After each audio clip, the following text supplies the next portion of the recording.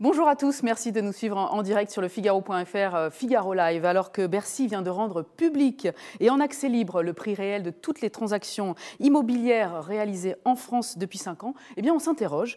Première question, pour quelles raisons l'administration fiscale offre-t-elle une telle transparence? S'agit-il d'un grand changement dans le monde de l'immobilier? Et les professionnels du secteur, qu'en pensent-ils? Notaires, agents immobiliers, sites d'estimation en ligne. Qu'en est-il également de la confidentialité de ces données et de la protection de la vie privée? Nous répondrons à ces questions avec nos invités aujourd'hui dans quelques secondes. Mais à vous, on vous pose aussi une question. Comment savez-vous évaluer votre bien immobilier? Vous répondez par oui ou par non sur Twitter, hashtag Figaro Live, hashtag les décrypteurs. Et nous vous donnerons les résultats à la fin de cette émission. Mais tout de suite, on décrypte l'appli de Bercy.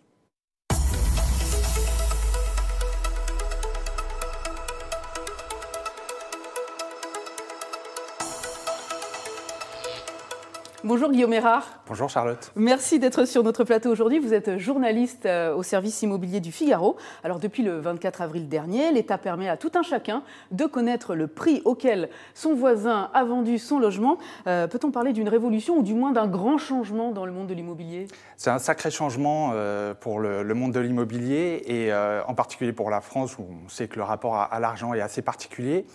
Je ne dirais pas révolution parce qu'en fait, l'outil en lui-même existe déjà depuis quelques années sous le nom de Patrim. Là où il y a un vrai changement, c'est par rapport à son accessibilité. En fait, à l'époque, l'accessibilité était très réduite parce qu'en fait, il fallait renseigner son numéro fiscal. Et le nombre de consultations était limité à 50 tous les 3 mois. Donc autant dire que ça en a rebuté plus d'un et que pour le coup, le succès n'était pas forcément au rendez-vous. Donc là, c'est à la fois public et anonyme, c'est-à-dire que tout un chacun peut vraiment se connecter pour aller consulter ses tarifs et ses données. L'accès est totalement libre, vous pouvez y accéder via un site dédié. Comment ça se passe? En gros, vous renseignez votre département, votre commune ou l'arrondissement si vous utilisez Paris, Lyon ou Marseille. Oui. Le site va zoomer sur cette zone. Vous allez chercher votre numéro d'adresse et en cliquant sur cette zone, sur le côté droit du site, va apparaître toutes les transactions réalisées ces 5 dernières années pour cette zone. Alors pour quelle raison Bercy a-t-il décidé de jouer la carte de la transparence vis-à-vis des consommateurs, on va dire? Alors c'est le mot d'ordre, transparence. L'idée c'est de fluidifier le marché immobilier qui est sinon bloqué, au moins freiné dans certaines zones, notamment ce qu'on appelle les marchés tendus comme Paris par exemple. Après, si on décrypte un petit peu plus en profondeur, qui dit fluidifier le marché dit augmenter le nombre de transactions. Oui. Et qui dit augmenter le nombre de transactions dit augmenter ce qu'on appelle les droits de mutation. Alors, ce qu'on a l'habitude d'appeler... C'est des taxes, en fait, qu'on reverse quand on est acheteur ou acquéreur? Alors, pas que. En fait, on a l'habitude de l'appeler à tort les frais de notaire. Et dit comme ça, on a l'impression que tout va dans la poche des notaires. Ce qui n'est pas le cas, en fait. Derrière les frais de notaire, vous avez en effet la rémunération du notaire, mais vous avez également les taxes que touchent l'État, les communes et les départements. Il faut savoir qu'aujourd'hui en France, ces frais de notaire, enfin ces droits de mutation, ça représente à peu près 7,5% du prix de vente.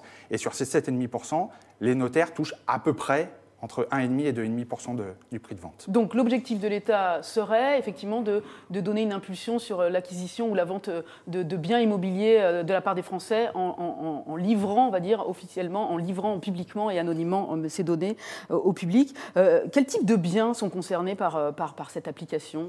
Alors ce sont aussi bien des lieux d'habitation, appartements comme maisons, des terrains, des locaux commerciaux. Donc c'est vraiment tout type de biens qui sont concernés. Maintenant, ce qui est important aussi d'expliquer, c'est que lorsque vous vous emparez de cet outil et que vous regardez les indications qui sont données, toutes les indications ne sont pas renseignées. Alors qu'est-ce qu'on y trouve exactement? Eh bien, vous avez le prix de vente, ce qui intéresse au premier chef nos internautes, enfin en tout cas ceux qui ont un projet ou qui espèrent en avoir un. Vous avez la surface, vous avez également le nombre de pièces. En revanche, vous n'avez ni l'étage, ni l'état de l'immeuble. S'il est à rénover ou s'il a été refait à neuf. Exactement. S'il y a eu un ravalement ou des parties communes à refaire. Exactement, ni l'année de construction. Et alors l'étage, c'est d'autant plus important que si vous allez sur le site et que vous cherchez une zone en particulier, vous pouvez vous rendre compte qu'il y a des appartements de la même surface, dans une même zone, qui ont été vendus à quelques mois d'intervalle avec des prix totalement différents. Les écarts peuvent varier entre 20, 25, 30%. Donc c'est pour ça qu'il faut être extrêmement prudent dans l'interprétation qu'on peut en faire. C'est une indication, mais ça ne doit pas être un argument de vente ou d'achat pour les explications qu'on vient de donner. Alors vous disiez également que parmi les informations qui sont données, il y a évidemment les prix, et ces prix-là, ils sont réactualisés tous les combien? Alors, Bercy va actualiser cette base de données 2 fois par an, en avril et en octobre. Pour garder cette périodicité de 5 ans, forcément, à chaque fois qu'elles rajouteront des transactions, les plus anciennes seront supprimées pour garder cette périodicité. Et c'est l'autre petit bémol éventuellement qu'on peut donner, c'est que quand on regarde, les transactions les plus récentes ne datent que de mi-2018. Donc encore une fois... Donc c'était à l'automne dernier, donc ça remonte à 6 mois, on va dire. Les plus récentes sont à 6 mois. Si on prend en compte effectivement que le prix de vente réel correspond à la promesse de vente et non pas à l'acte de vente, on peut encore décaler à 3 voire 6 mois en arrière. Ça fait presque des prix qui remontent à il y a 1 an. Hein. Donc au niveau de l'actualisation, c'est un petit bémol, comme vous dites. C'est pour ça que en fait, c'est une partie simplement du puzzle. Là, on a la partie historique. La partie... actualisation du prix, c'est les professionnels justement qui vont s'emparer de cet outil pour la mettre en place. Donc c'est pour ça que je dis aux internautes, ce n'est qu'une indication, mais là vous avez un prix qui date d'il y a à peu près 1 an. Donc encore une fois, on peut imaginer qu'en 1 an, les prix, surtout dans les marchés comme Paris, ont évolué à la hausse comme à la baisse. Alors, il y a une autre question qu'on se pose qui pourrait être considérée comme une des limites de cette application. Hein. D'ailleurs, j'imagine que les internautes se la posent en ce moment. C'est la question de la confidentialité de ces données. Est-ce qu'on n'est pas en train d'empiéter, là, tranquillement, sur le respect de la vie privée, en livrant des informations qui sont confidentielles? L'acte de vente, la promesse de vente, tout ça, c'est signé dans un huis clos qui concerne et les professionnels, notaires, agents immobiliers, et les acquéreurs ou vendeurs. Aujourd'hui, on est en train de commencer à livrer ces données-là. Le prix réel, le nombre de pièces, la zone, et puis demain ce sera quoi? Est-ce qu'on va livrer à un moment donné des informations encore plus confidentielles que celles-ci? Alors, c'est vrai que aujourd'hui, c'est le tout transparence, donc forcément, c'est comme une avancée de ce côté-là. Après, il y a ceux, forcément, en effet, qui vont considérer que la confidentialité n'est pas forcément respectée. Moi, de mon point de vue, quand je regarde cette base de données, je vois qu'il n'y a aucune vraie information ou donnée personnelle quand même qui est dévoilée. Il faut savoir par exemple qu'aux États-Unis, ce type de dispositif existe déjà. Et non seulement il y a toutes les indications qu'il y a dans celle de Bercy, mais on donne également la liste de tous les acheteurs. Là, pour le coup, on a les noms des acheteurs, alors que là, on ne les a pas. Donc, on peut considérer qu'en effet, un prix de vente actuel, le prix d'une transaction, ça peut être une forme de confidentialité qui n'est pas respectée. Je considère que, pour le coup, il n'y a pas vraiment de données personnelles qui sont dévoilées dans cette base. Merci Guillaume Erard, on vous retrouve tout à l'heure dans la seconde partie de l'émission. Alors la disponibilité de ces données brutes va-t-elle signer la fin des sites d'estimation en ligne et des agents immobiliers? Que pensent les professionnels de cette application de Bercy? On en parle tout de suite avec mon deuxième invité.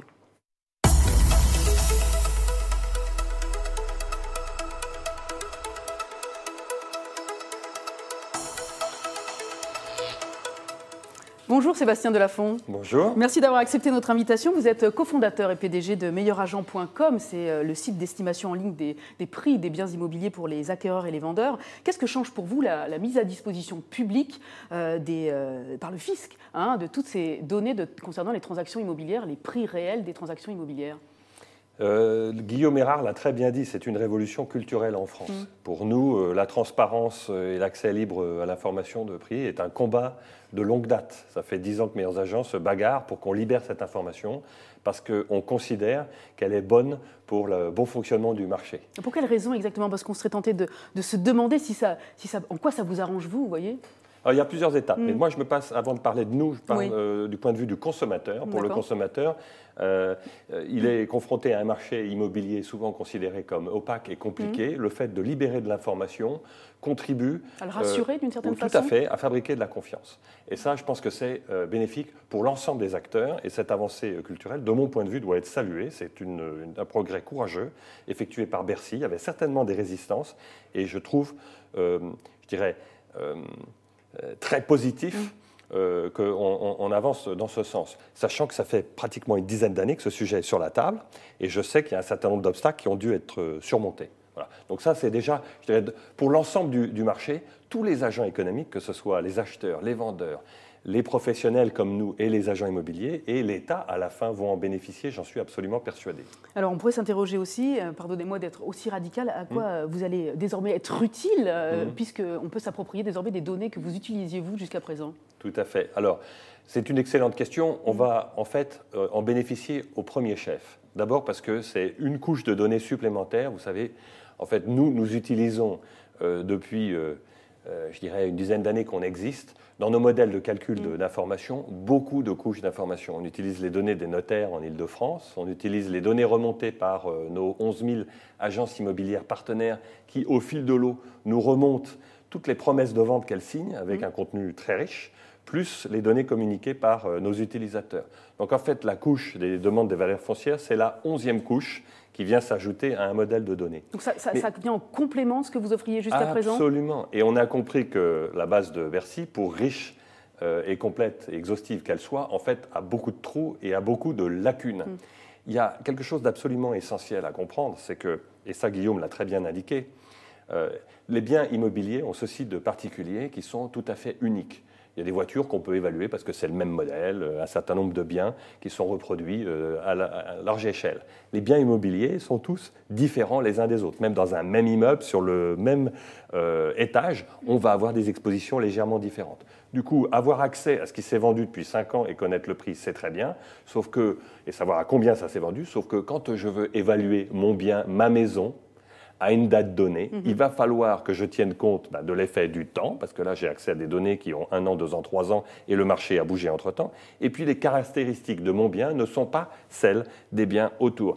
Et c'est là où la science, la data et la science, et chez Meilleurs Agents, on a une équipe de 20 data scientists qui produisent des algorithmes et qui vont utiliser la data historique, dont celle du nouveau fichier, parmi d'autres, pour interpréter, corriger ça et être capable, et affiner pour être capable de donner une information d'évaluation de prix à un moment donné d'un bien donné. Et ça, c'est justement ce que je trouve fabuleux avec ce qui est en train de se passer, c'est qu'au contraire, ça fait toucher du doigt aux consommateurs la complexité qu'il y a derrière le travail d'estimation et d'évaluation des biens immobiliers. On le comprend bien, mais ces données-là, elles étaient disponibles pour vous. C'est pas le 24 avril que vous avez pu y avoir accès. Qu'est-ce que ça change pour vous qu'elles soient rendues publiques au niveau de votre offre, en fait? On n'avait pas exactement accès à ces données. On les avait plus complètes en Île-de-France parce qu'on a accès aux données d'Île-de-France par le biais des notaires. Donc on a une base encore plus riche que celle qui est mise à disposition en Île-de-France. En revanche, en province, nous disposions essentiellement que des données de nos agences partenaires et de nos utilisateurs.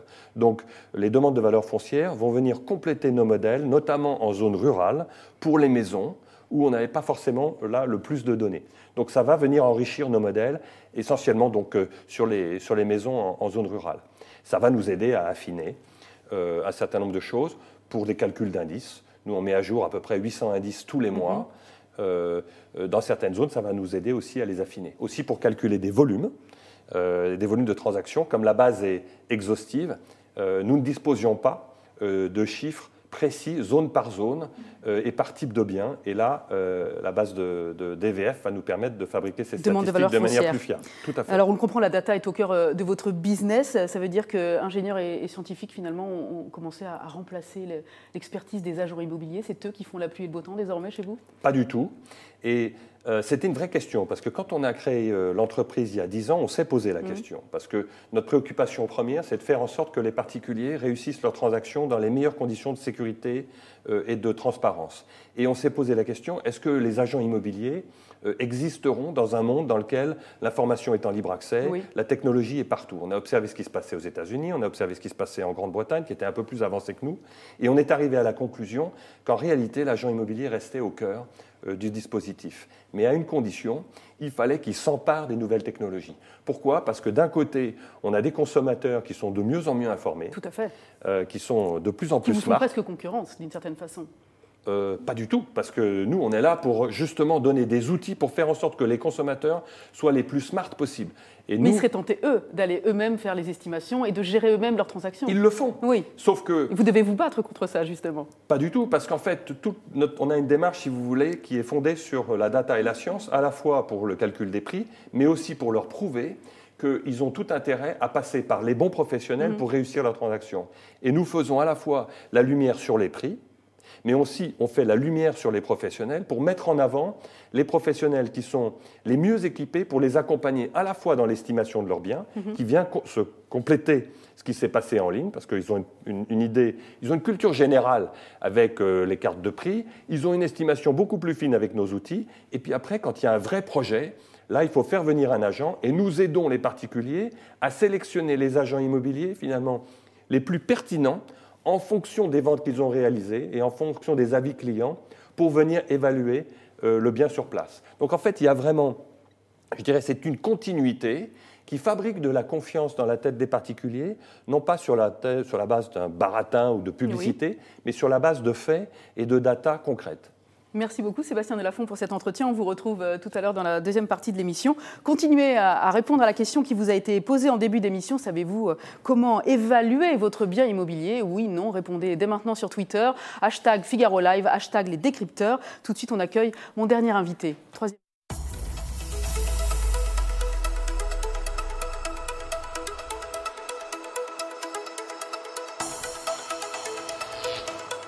Bonjour Christine Fumagalli. Bonjour. Merci d'avoir accepté notre invitation. Vous êtes la présidente d'Orpi, premier réseau immobilier de France. L'État a donc rendu public la base des transactions immobilières établie par l'administration fiscale. Qu'est-ce que vous pensez, vous, de cette initiative de l'État ? Alors nous sommes très satisfaits puisque ça fait des années qu'on prône la transparence chez Orpi et comme on l'a entendu avec les interviews précédentes, pour nous, plus le consommateur aura une information claire, plus notre métier va être simplifié. Donc pour nous, c'est plutôt une très belle nouvelle. Mais qu'est-ce qu'elle signifie pour vous cette volonté de transparence de la part de l'État ? Aujourd'hui, dans le monde de l'immobilier, c'est vrai que c'est un univers qui peut paraître opaque. Donc, plus on donnera d'informations au consommateur, plus on va lui permettre d'affiner et de préparer son projet. Et lorsqu'il va venir nous voir en agence, il sera un degré d'information qui va nous permettre de construire avec lui la suite. Donc pour nous, cette volonté de transparence et de confiance, puisqu'on aboutit à la confiance entre les particuliers et professionnels, ça va complètement dans le bon sens. Le prix réel des transactions immobilières était jusqu'alors le précaré, on va dire, des agents immobiliers. Alors que le consommateur aujourd'hui puisse s'approprier ces informations pour fixer le prix de vente, est-ce que ça ne va pas le conforter dans l'idée qu'il est capable, lui seul, de mener à bien sa transaction immobilière et finalement de faire fi des agents immobiliers et puis d'aller plutôt sur une transaction de particulier à particulier ? Alors, il n'y a pas de crainte d'avoir ce genre de réaction, bien sûr. Le fait d'affiner les informations leur permet aux particuliers de pouvoir se faire une idée plus précise aujourd'hui de la valeur d'un bien, par comparaison. Simplement, on l'a entendu, c'est vrai qu'en tant que professionnel, on constate au quotidien qu'il n'y a pas deux appartements qui se ressemblent, il n'y a pas deux maisons qui peuvent se ressembler, et que c'est la connaissance et la compétence d'un professionnel qui va permettre d'affiner et de donner un prix précis. Est-ce que les consommateurs l'entendent, ce discours-là ? Oui. C'est une question d'information et de pédagogie que l'on doit avoir au quotidien, mais bien sûr, ils l'entendent, bien sûr, ils savent qu'une décoration, des travaux, des aménagements spécifiques, parfois des problèmes techniques. Vous savez, l'immobilier, c'est un univers qui est très complexe. Entre le juridique, le technique et la fiscalité, il faut avoir une donnée et des informations très, très variées. La digestion de ces informations et la bonne information pour le bon projet, c'est vraiment le professionnel agent immobilier qui est capable de la donner. Donc vous diriez que vous n'avez pas constaté, on va dire, sur le terrain depuis le 24 avril, c'est quand même très frais, mais malgré tout, est-ce que vous n'avez pas constaté un changement d'attitude, de comportement dans la demande des consommateurs ? Est-ce qu'ils désertent un peu les agences pour eux-mêmes aller faire la vente de leurs biens ou acquérir leurs biens sans passer par vous ? Alors pas du tout, on peut constater au contraire qu'ils sont très demandeurs d'informations complémentaires. On a également un estimateur en ligne chez Orpi, fort des 50 ans d'expérience que l'on a dans le réseau. Il faut savoir que nous avons une vente ou une location toutes les 3 minutes chez Orpi, avec nos 1250 points de vente à travers toute la France. Donc on a déjà une base de données extrêmement importante. Donc là, en fin de compte, on vient tout simplement conforter ces estimations et ça permet aux consommateurs de dédramatiser, de dédiaboliser ce premier point d'intérêt qui est forcément ce que vaut mon bien aujourd'hui. Alors tout à l'heure, Sébastien Delafont le disait, les consommateurs peuvent être un peu frileux vis-à-vis des agents immobiliers. Sur l'univers de l'immobilier est opaque. On a quelques craintes, en particulier des critiques à formuler vis-à-vis des commissions que vous prenez, ou en tout cas des frais qui vous sont versés lors des transactions. Et donc, par rapport à ce que Bercy livre et le sérieux, entre guillemets, oui, on peut parler de sérieux, de confiance qu'on peut avoir dans les éléments que nous livre Bercy. Est-ce que vous allez adopter, vous, une stratégie pour contrer l'opinion que va avoir le consommateur vis-à-vis des données fournies par Bercy et ce que vous fournissez, vous, en services et en données de votre côté? Alors, je crois fondamentalement, on ne peut pas opposer le consommateur et l'agent immobilier. Je pense que c'est un faux débat. On est là pour accompagner les projets. Donc aujourd'hui, le fait que cette information soit transparente, donc une fois, nous donne plus de crédibilité puisqu'on va affiner, on va accompagner. Donc vraiment, il n'y a pas d'opposition à avoir. Et nous sommes vraiment enchantés que cette base soit ouverte. À nous, effectivement, de pouvoir montrer au quotidien comment on peut accompagner nos consommateurs. Vous savez, un projet immobilier, c'est un projet de long terme. Voilà, ils ont besoin d'être rassurés, d'avoir une écoute. Et au-delà du prix et de l'estimation d'un bien, il y a cette relation qu'on peut avoir sur est-ce que le projet que j'ai aujourd'hui, c'est le bon projet? Est-ce que le projet de mise en vente, c'est la bonne démarche? Est-ce que je n'ai pas intérêt à suivre une autre piste? Et il n'y a rien de tel qu'un contact avec un professionnel qui pourra conforter le consommateur dans son projet. Est-ce que vous pensez que la transmission publique, et donc utilisable par tout un chacun de ces données, pourrait avoir un impact positif ou négatif sur les prix du marché? Le vrai impact positif sur le marché, puisqu'en fin de compte, on cherche plutôt un impact positif. Aujourd'hui, l'impact positif sur le marché serait plutôt de remettre de l'offre, parce que nous manquons effectivement d'offres aujourd'hui. Donc, on pense que ce n'est pas tout à fait le fait de communiquer un prix, une estimation, qui va rendre élastique et qui va donner de la réactivité à cette offre. Ça va contribuer, encore une fois, à dédiaboliser, à répondre à la vraie problématique que le consommateur peut avoir de qu'est-ce que vaut mon bien, qui est la première des démarches à avoir pour pouvoir bâtir ensuite un projet. De là à redonner la fluidité, écoutez, si c'est le cas, tant mieux, mais je reste très sceptique. Je vous pose cette question parce qu'effectivement, entre le prix affiché lors de la vente sur les sites ou dans les agences immobilières, on sait qu'il y a parfois une différence qui est plutôt revue à la baisse, d'ailleurs, entre le prix de l'acte de vente et le prix affiché. Si on se base sur le prix de l'acte de vente et qui est parfois inférieur, effectivement, ça pourrait aller pour avantager le consommateur, mais ça pourrait faire baisser, on va dire, le prix de l'immobilier. On pourrait imaginer naïvement que ça pourrait être le cas. Ce qui va pouvoir faire baisser, encore une fois, c'est l'offre, parce qu'on constate que le marché est à deux vitesses, depuis quand même de très nombreux mois aujourd'hui. On a des zones effectivement très tendues où là, tellement peu d'offres que les prix se négocient vraiment très peu, voire pas du tout. Contrairement à des zones plus reculées comme des zones rurales où le fait d'avoir beaucoup de choses à proposer à la vente, mécaniquement provoque une baisse des prix. Donc c'est plutôt ce mécanique de l'offre et de la demande, encore une fois, j'insiste, plus que le fait de donner de la transparence. Pour moi, la transparence va apporter de la confiance, et va permettre aux professionnels de pouvoir travailler dans de bonnes conditions. Et il faut savoir que ce qui est facturé aux consommateurs, j'entends parler de frais, j'entends parler de commissions, ce sont des honoraires. Et je voudrais juste, nous sommes une des rares professions, on nous demande des honoraires quand on est architecte, on demande des honoraires quand on est avocat. Un agent immobilier qui a sa carte professionnelle, qui est compétent, qui est expert, a des honoraires qu'il facture en fonction d'une prestation et de services rendus. Donc, je voulais juste repréciser. Vous avez bien fait. Merci beaucoup, Christine Fumagalli, pour cet entretien. On vous retrouve tout de suite dans la dernière partie de cette émission. À tout de suite.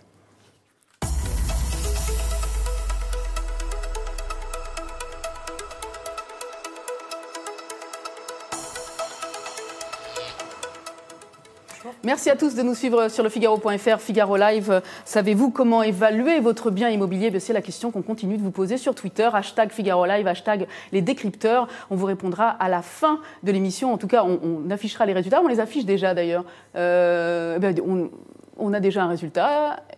56% des gens disent qu'ils savent estimer leur bien immobilier. C'est peut-être grâce aux professionnels présents en plateau et à leur réseau qu'on arrive à ce résultat. Mais peut-être qu'il pourrait être encore plus supérieur. Nous a rejoint dans cette deuxième partie de l'émission Julie Coulon, Profisi, journaliste aux réseaux sociaux du Figaro. Bonjour Julie, merci d'être avec nous. Quelles sont les réactions des internautes? Alors une première question de l'œil qui dit ce nouvel outil va accélérer les tendances. Actuellement, il va booster les prix à la hausse. Est-ce que vous êtes d'accord avec ça? Parce que c'est une crainte qu'il y a dans le chat, c'est que ça fasse monter les prix. Que ça fasse monter les prix, carrément. Non. Pour moi, il n'y a vraiment pas de danger. En fin de compte, les estimations et les prix qui vont être communiqués sont des prix, on l'a vu, qui de toute façon sont déjà des prix, on peut dire, un peu dépassés. Et que le fait de venir voir un professionnel va affiner cette tendance. Cette tendance, elle va être soit à la baisse, soit à la hausse, puisqu'en fin de compte, l'estimation se fait par rapport à ce que vaut un bien à un instant T sur le marché. Il tient compte de ce qui s'est passé, de comment évolue le marché. On ne peut pas isoler tous les facteurs économiques qui font ou la promotion ou pas d'un quartier, d'une ville, d'une agglomération. Donc en fin de compte, les prix vont être fonction de tous ces éléments et pas simplement d'une donnée qu'on va diffuser, qui, je rappelle encore une fois, est une donnée qui date d'il y a un an. Vous êtes d'accord avec les propos de Christine Fumagalli, de Sébastien Delafont? Tout à fait. Je crois surtout que ce que va apporter cette nouvelle transparence, c'est un rapprochement des positions des vendeurs et des acheteurs. Plus on donne de l'information aux deux parties, moins on risque effectivement d'avoir un vendeur qui, ne sachant pas, cherche à se protéger et du coup propose son bien trop cher, parce qu'il a peur de laisser de l'argent sur la table. Et puis on a un acheteur qui, lui, a peur d'acheter trop cher et du coup peut-être va faire des offres trop bas. Et en fait, cet écart ralentit le marché. La victime dans tout ça, c'est la fluidité du marché. Plus que savoir si les prix vont monter ou baisser, je pense que plus on met d'informations dans le système, plus on rapproche acheteurs, vendeurs et professionnels, et du coup, plus finalement on permet aux transactions de se faire rapidement. C'est plutôt ça qu'il faut attendre. Vous diriez que l'acheteur, l'acquéreur ou le vendeur acquiert une forme d'expertise qui permet une relation plus fluide avec vous? Tout à fait. Alors, une forme d'expertise, en fait, ça développe sa culture générale des prix. Et il ne faut pas confondre la culture générale des prix et savoir ce qui se vend, un peu à quel prix dans ma zone, dans mon quartier, etc. Et ça, c'est très important. Et ça démystifie ce sujet avec la capacité à estimer précisément un bien. Et c'est là où on voit qu'il a besoin d'aide. Mais quand j'ai une bonne culture générale, je vais mieux recevoir le conseil. Et on sera moins tenté, comme certains, d'aller estimer le prix de vente de son bien ou celui qu'on veut acquérir sur la base d'un lien affectif, on va dire. En tout cas, pour les vendeurs de biens, souvent, on estimait son prix en fonction de je trouve mon appartement le plus beau, j'estime qu'il vaut tant. Ça va tendre à se réduire. Parce que c'est humain et ça, c'est justement un des pièges. Et c'est là où on a besoin des professionnels. Et Christine l'a dit tout à l'heure. Le propriétaire-vendeur projette sur le bien immobilier les 10 ans, les 15 ans, les 20 ans de vie qu'il a eu dans ce lieu et n'a pas un regard objectif. Le professionnel est là pour l'aider effectivement à retrouver un regard plus objectif et du coup se rapprocher de la vision que l'acheteur en aura. Julie. Alors Phil, lui, redoute que cela entretienne la jalousie propre aux Français. Alors, d'un point de vue sociétal, qu'est-ce que vous pensez De connaître le prix de vente, de connaître en tout cas les transactions qui ont concerné ses voisins, les transactions financières. Vous savez, on constate au quotidien sur le terrain que cette information, elle est connue. Et ce n'est pas parce que la base, aujourd'hui, elle est publiée qu'on va plus aller voir et connaître ce qui se passe autour de soi. Mais là, on en aura la preuve. Oui, certes, la preuve, mais aujourd'hui, on constate que c'est une donnée, et on l'a vu, on l'a entendu tout à l'heure, on n'est pas en train de donner des informations personnelles, c'est vraiment uniquement le prix. Oui. Ce prix-là, de toute façon, à un moment donné, il est connu, il était déjà connu, on pouvait déjà l'avoir. Donc, voilà, je n'ai pas d'inquiétude. Vous souhaitez ajouter quelque chose, Guillaume? Oui, et puis, encore une fois, c'est ce qu'on disait tout à l'heure, il manque quand même des éléments importants. L'étage, pour le coup, on en parlait tout à l'heure, c'est vraiment primordial par rapport à la valeur qu'un bien peut avoir un ou un autre. Bon, déjà, encore une fois, lorsque les écarts sont très importants, il faut vraiment relativiser ce que ce prix... Mais par rapport justement à ces éléments qui n'apparaissent pas dans cette base de données, pourquoi on ne mentionne pas l'étage?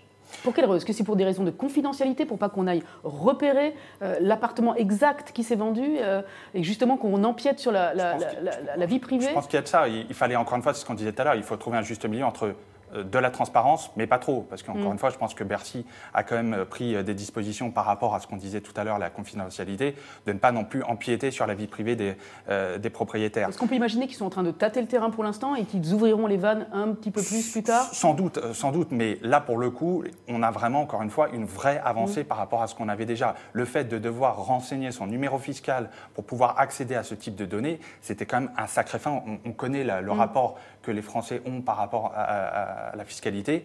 Là, pour le coup, allez leur dire, si vous voulez avoir ces données, vous renseignez votre numéro fiscal. Là, pour le coup, c'est vrai que le frein, il est là. Donc, je pense que c'est déjà une vraie avancée. Peut-être que ça va s'affiner avec le temps, mais c'est déjà... Vous souhaitiez ajouter quelque chose, Sébastien Delafont? Oui, c'est que la CNIL a pris certaines dispositions, elle a mis je crois que c'est plus que des recommandations. Elle a mis des pare-feux. Oui, c'est-à-dire que pour des personnes comme nous qui réutilisons la donnée et l'affichons sur le site, on doit permettre aux internautes de signaler le fait qu'ils souhaitent que cette information de prix, pour le bien qui leur appartient, soit supprimée et ne soit plus accessible. Donc il y a une procédure qui est permise donc qui est sécurisé et qui va permettre à quelqu'un de s'identifier et dire écoutez, j'ai mon prix de transaction, c'était... ça me gêne que ce soit affiché sur le site, sur l'application. Je souhaite qu'on l'enlève. Donc les dispositions ont été prises dans ce sens. Je pense que c'est une bonne manière aussi de protéger certaines personnes qui sont plus sensibles que d'autres à ce sujet. Julie Coulomb-Profisier, est-ce que vous avez d'autres réactions d'internautes ? D'ailleurs, à ce titre, sur la vie privée, beaucoup d'internautes sont inquiets, c'est quelque chose qui revient dans le chat, et c'est Christelle qui nous demande où est l'anonymat lorsque le numéro de la rue est précisément indiqué. Après, il suffit de faire une recherche sur un annuaire en ligne et on sait le nom de la personne et son adresse. Donc, est-ce qu'il n'y a pas aussi un risque par rapport à ça ?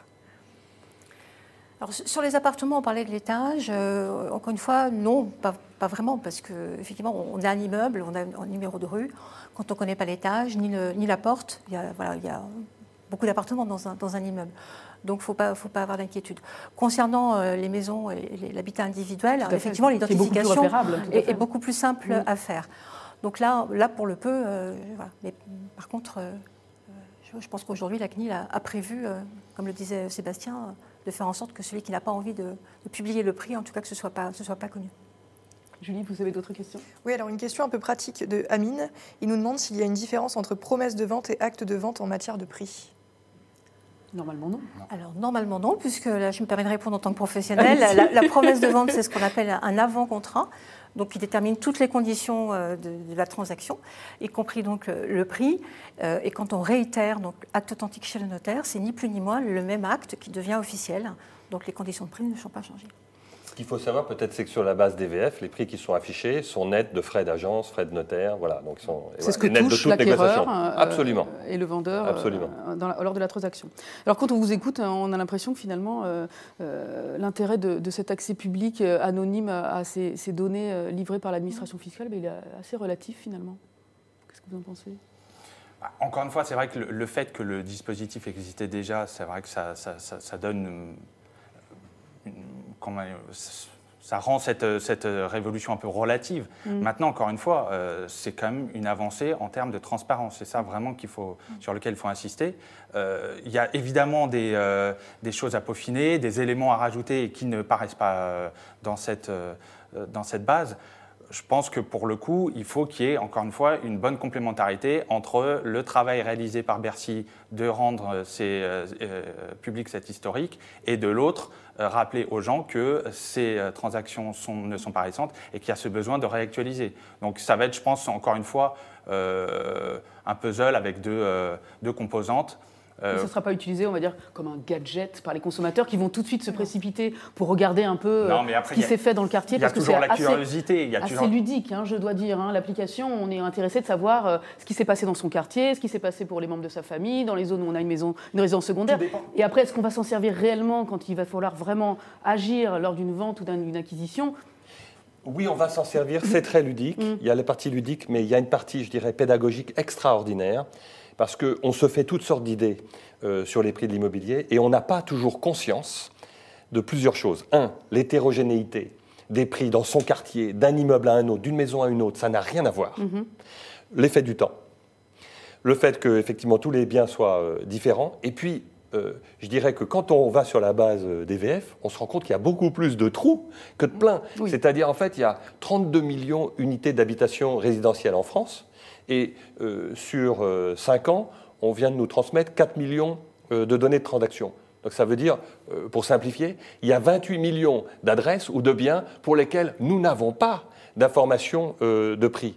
Et pour quelle raison ? C'est parce qu'elles sont antérieures à 2014 ? Oui, et parce que en fait, les biens se vendent rarement. Sur le parc, je vais encore citer un chiffre, mais sur les 32 millions de biens qu'il y a en France, seuls 3,2% se vendent chaque année. Et du coup, c'est là où il y a un gap énorme, une différence énorme entre la donnée brute et l'information. Et l'information qui intéresse le consommateur, c'est combien vaut mon bien, celui que je vais acheter, celui que je vais vendre, aujourd'hui. Et donc, le progrès extraordinaire, la transparence, la confiance, mais aussi l'éducation pour faire prendre conscience que finalement, la donnée de transaction est rare, que les biens se vendent rarement et que les prix diffèrent beaucoup. Et du coup, ça met en valeur à la fois des outils d'estimation comme le nôtre ou la valeur ajoutée des professionnels qui viennent.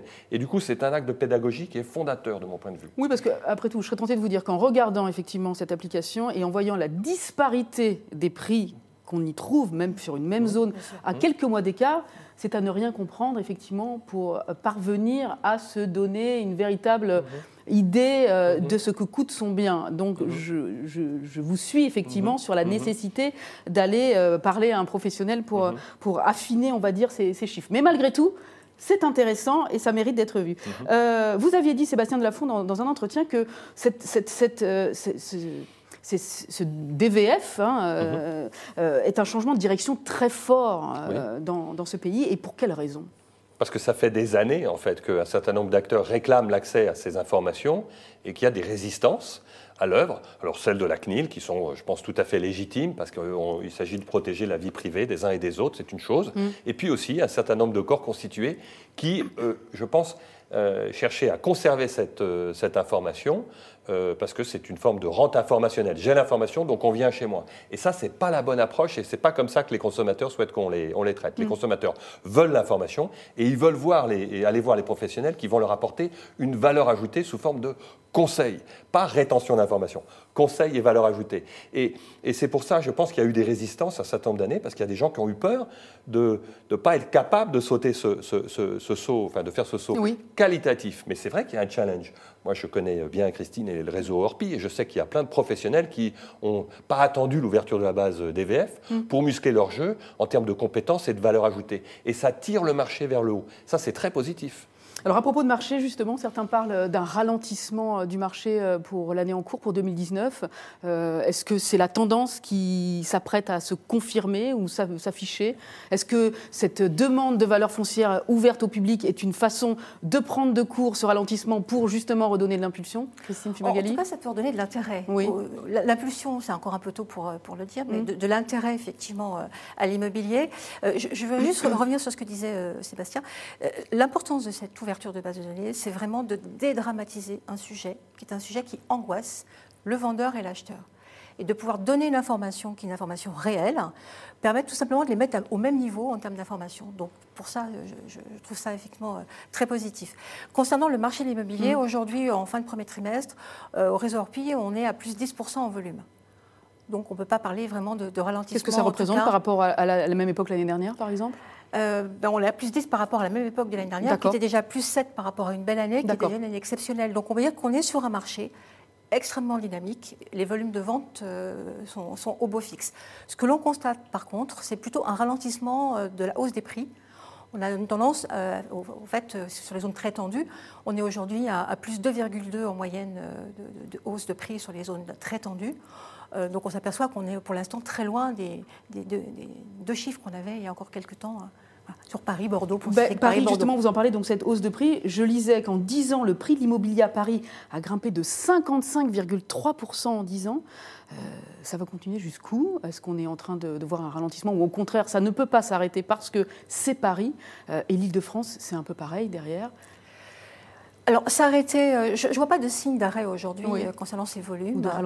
Je vais reboucler sur ce que je disais tout à l'heure, ne serait-ce que parce qu'on n'a pas suffisamment d'appartements aujourd'hui ou de maisons pour répondre à l'offre. C'est insuffisant par rapport à la demande ? Donc l'offre, de toute façon, étant moins importante que la demande, mécaniquement, aujourd'hui, on a un marché qui est boosté par la demande.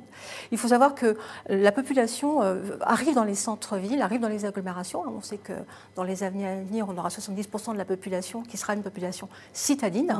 Et que tant qu'on ne répond pas à cet afflux de demandes dans les zones d'agglomération, on aura un marché très dynamique et des prix qui vont être tirés mécaniquement vers le haut. Et justement, comment on fait aujourd'hui pour booster cette offre qui est, on parlait de l'exemple de Paris qui est très faible.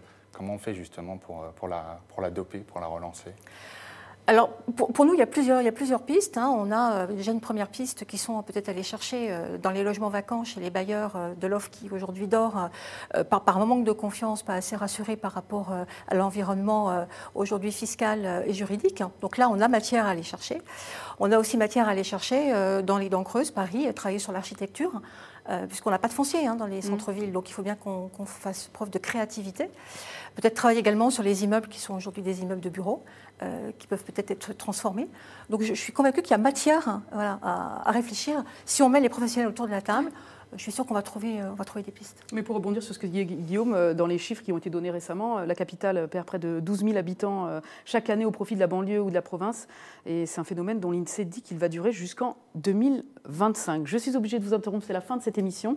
Merci à tous d'avoir accepté notre invitation et d'avoir témoigné aujourd'hui sur le plateau des Décrypteurs. Merci Julie de nous avoir rendu les témoignages et interrogations des internautes. Merci à tous de nous avoir suivis. Avant qu'on ne se quitte, je vous signale la sortie du numéro anniversaire de Propriété et Le Figaro, 30e anniversaire de ce numéro exceptionnel, 30 ans au service de l'immobilier de prestige, de l'art de vivre et du patrimoine. C'est en vente sur votre marchand de journaux. Dans quelques minutes, à midi pile, vous retrouvez le Talk Politique présenté aujourd'hui par Loris Boischaud.